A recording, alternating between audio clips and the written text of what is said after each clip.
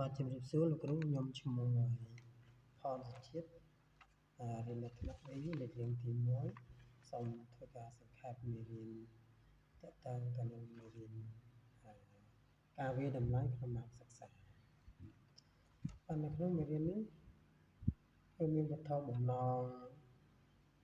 បន្ទាប់ពីរៀនមេរៀននេះចប់គ្រូសិស្សនឹងកំណត់ពីអត្ថន័យនៃការវាយតម្លៃតាមដំណាក់និងការវាយតម្លៃដំណាក់ដែលផ្អែកលើការវាយតម្លៃបញ្ចប់ដោយមើលលើភាពខុសគ្នារបស់វាពិពណ៌នាពីរបៀបសង្កេតអាកប្បកិរិយារបស់សិស្សការបញ្ចេញសំឡេងកាយវិការនិងទឹកមុខនិងទំនាក់ទំនងតាមរយៈខ្សែភ្នែកដែលត្រូវបានប្រើដើម្បីបកស្រាយពីការចូលរួមនិងការយល់ដឹងរបស់សិស្សសួរសំណួរដែលទាក់ទាញសួរសំណួរដែលទាញយកចម្លើយសមស្របដើម្បីឲ្យសិស្សចូលរួមនិងបង្ហាញការយល់ដឹង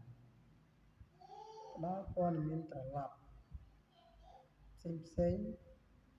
ដល់សិស្សអំឡុងពេលសិក្សានិងញែកភាពខុសគ្នារវាងការផ្ដល់ព័ត៌មានត្រឡប់ប្រកបដោយប្រសិទ្ធភាពនិងគ្មានប្រសិទ្ធភាពមាតិកាសេចក្តីផ្ដើមវគ្គនៃការវាយតម្លៃវត្តនៃការវាយតម្លៃតាមដំណាក់ទ្វីការសង្កេតមិនផ្លូវការទី3ទី4សំណួរតមាត់ទី5ការផ្ដល់មតិកែលម្អប្រកបដោយប្រសិទ្ធភាពសេចក្តីផ្ដើមវាមានសារៈសំខាន់ណាស់ក្នុងការយល់ដឹងថាតើប្រភេទនៃការវាយតម្លៃតាមដំណាក់បែបណាដែលអ្នកកំពុងប្រើប្រាស់និងរបៀបប្រើប្រាស់វាឲ្យមានប្រសិទ្ធភាពនៅពេលដែលការវាយតម្លៃតាមដំណាក់នោះទោះបីមានលក្ខណៈបែបណាក៏ដោយវាត្រូវបានប្រើប្រាស់យ៉ាងត្រឹមត្រូវមានភស្តុតាងដ៏ល្អដែលថាវានឹងមានអត្ថប្រយោជន៍ជាវិជ្ជមានលើការសិក្សានិងការលើកទឹកចិត្តរបស់សិស្សបន្ទាប់ពីបានពិចារណាដោយសង្ខេបអំពីប្រភេទផ្សេងៗនៃការវាយតម្លៃតាមដំណាក់យើងនឹងស្វែងយល់កាន់តែស៊ីជម្រៅទៅលើប្រភេទដែលមានប្រសិទ្ធភាពបំផុតអ្វីជាការវាយតម្លៃក្នុងម៉ោងសិក្សានិងអន្តរកម្មរវាងគ្រូនិងសិស្សវដ្តនៃការវាយតម្លៃតាមដំណាក់តើការវាយតម្លៃតាមដំណាក់ជាអ្វីការវាយតម្លៃតាមដំណាក់គឺជាការវាយតម្លៃគឺជាដំណើរការនៃការប្រមូលភស្តុតាងនៃការរៀនរបស់សិស្សការផ្ដល់មតិកែលម្អដល់សិស្សនិងការកែសម្រួលយុទ្ធសាស្ត្រនៃការបង្រៀននិងការសិក្សាដែលលើកកម្ពស់សមិទ្ធផលវដ្តនៃការវាយតម្លៃតាមដំណាក់មានដូចជាផ្ដល់មតិត្រឡប់ដល់សិស្សកែលម្អការបង្រៀនការប្រមូលភស្តុតាងនៃការសិក្សាការវាយតម្លៃភស្តុតាង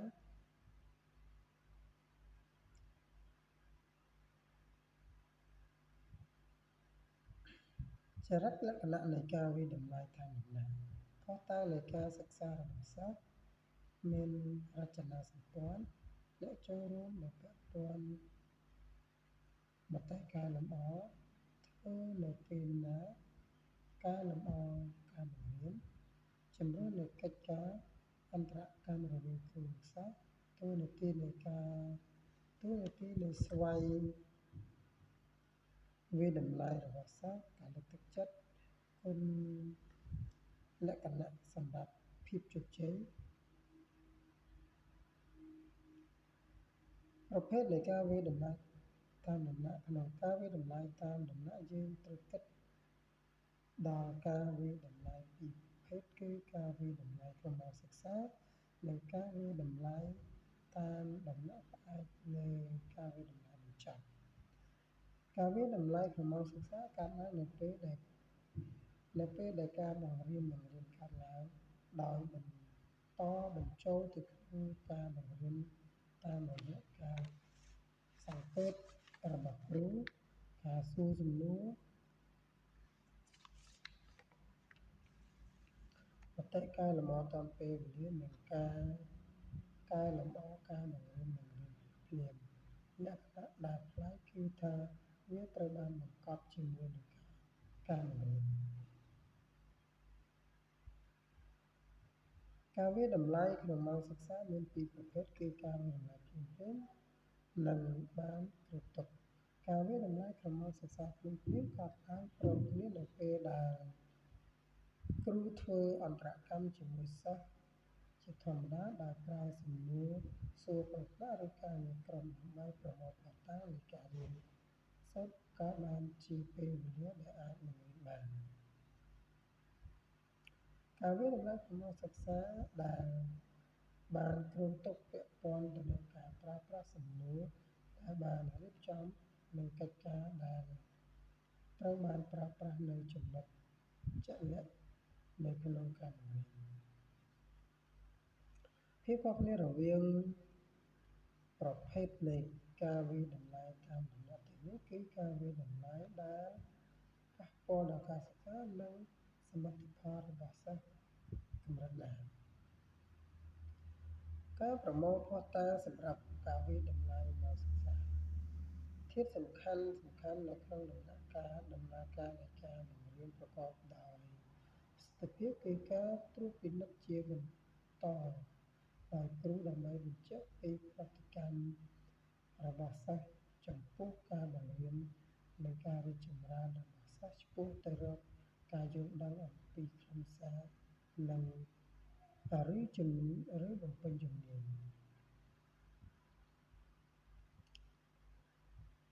តើលំហូរនៃសកម្មភាពយ៉ាងដូចម្តេចតើសិស្សមានប្រតិកម្មយ៉ាងណាចំពោះសកម្មភាពតើពួកគេចាប់អារម្មណ៍និងយកចិត្តទុកដាក់ទេតើខ្ញុំគួរបង្កើន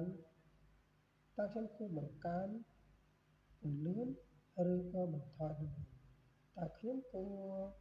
ផ្ដល់ឧទាហរណ៍បន្ថែមនោះទេទាំងនេះគឺជាចំណុចល្អនៃការវាយតម្លៃតាមដំណាក់សម្រាប់បង្រៀនប្រកបដោយប្រសិទ្ធភាពនិងជាកន្លែងដែលការវាយតម្លៃជំរុញឲ្យមានការណែនាំប្រកបដោយជោគជ័យអ្នកត្រូវដឹងពីអារម្មណ៍និងសកម្មភាពសិស្សនៅពេលដែលអ្នកបង្រៀនរបៀបបកស្រាយដែលអ្នកបានឃើញនៅស្តាប់ឮរបៀបឆ្លើយតបទៅសិស្សនិងរបៀបកែតម្រូវការបង្រៀនរបស់អ្នកការអង្កេតហេតុអ្វីចាំបាច់អង្កេតសិស្សពេលម៉ោងរៀនមើលពីធម្មជាតិនៃការចូលរួមរបស់សិស្សមើលពីបំណិនអន្តរបុគ្គលរបស់សិស្សក្នុងការងារក្រុមមើលពីភាពត្រឹមត្រូវនៃចម្លើយសិស្សក្នុងពេលឆ្លើយសំណួរមើលពីបំណិននៃការប្រើប្រាស់ភាសាវាក្យសព្ទដែលសិស្សប្រើក្នុងការបញ្ចេញគំនិតមើលថាតើគ្រូគួរផ្ដល់ឧទាហរណ៍បន្ថែមឲ្យសិស្សទៀតឬអត់មើលថាតើ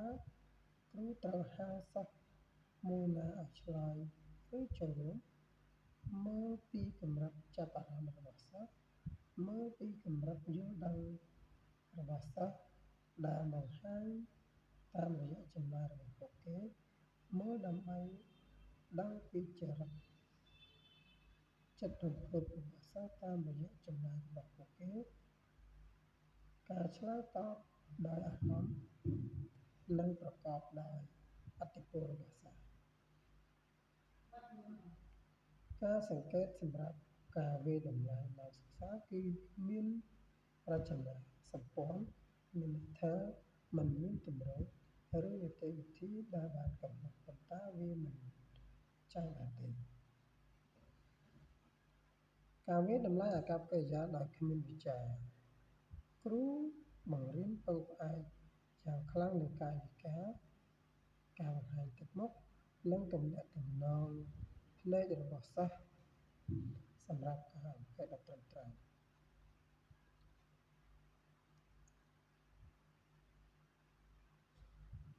ហើយនឹងសញ្ញាកិច្ចការរបស់សិស្ស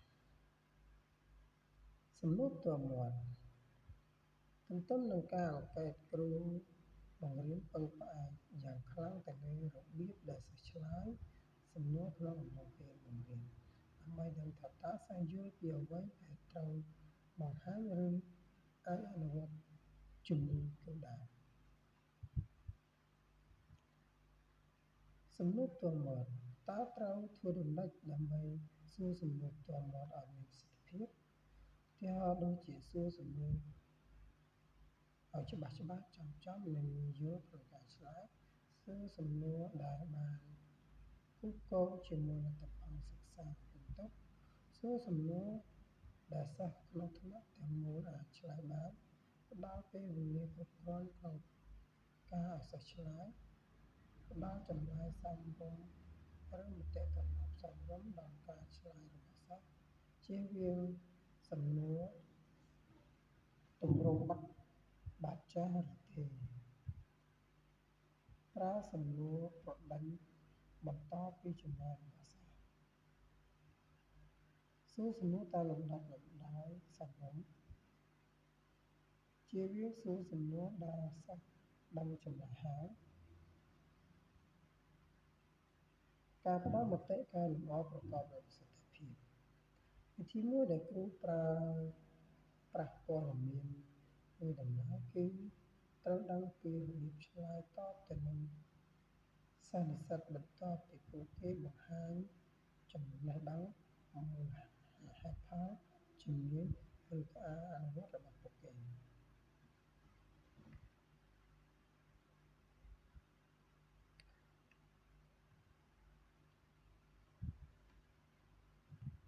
ប្រភេទនៃការផ្ដល់មតិកែលម្អការពិនិត្យមើលជូនដំណឹងដល់សិស្សអំពីភាពត្រឹមត្រូវនៃចម្លើយរបស់ពួកគេទទួលស្គាល់ចម្លើយត្រឹមត្រូវរបស់សិស្សដោយមានព័ត៌មានបន្ថែមទទួលស្គាល់ចម្លើយមិនត្រឹមត្រូវដែលមិនហើយអនុញ្ញាតឲ្យរៀនឡើងវិញចងល់បង្ហាញចម្លើយខុសដោយមិនប្រាប់ចម្លើយត្រូវឬយោបល់សម្រាប់កែលម្អ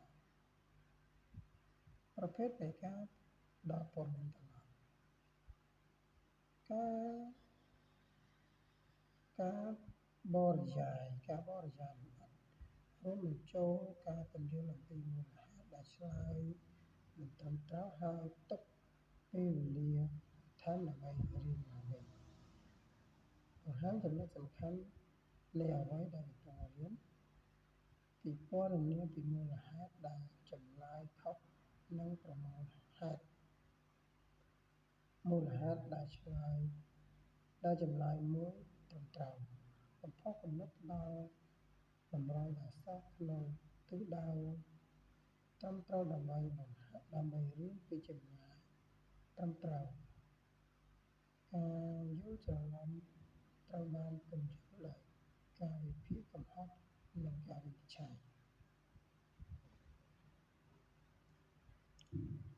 ការផ្ដល់មតិការកំណត់ពីធម្មជាតិនៃការផ្ដល់មតិកែលម្អជាទូទៅការផ្ដល់មតិកែលម្អពីព័ត៌មានជាក់លាក់គឺល្អជាងការផ្ដល់យោបល់ទូទៅការកំណត់ពីធម្មជាតិនៃការផ្ដល់មតិកែលម្អមតិកែលម្អត្រូវបានផ្ដល់ដល់សិស្សម្នាក់ៗក្រុមតូចៗនិងក្រុមធំ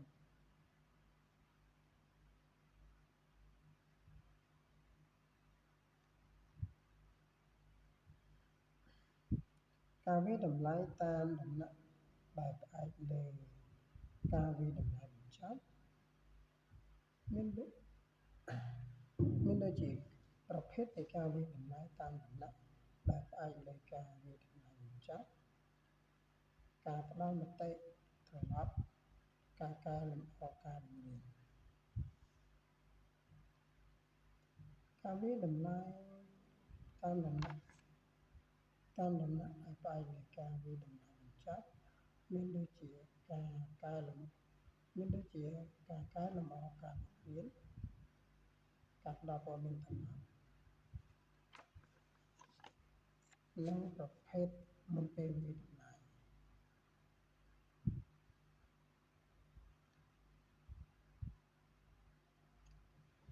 បាទចឹងការសង្ខេប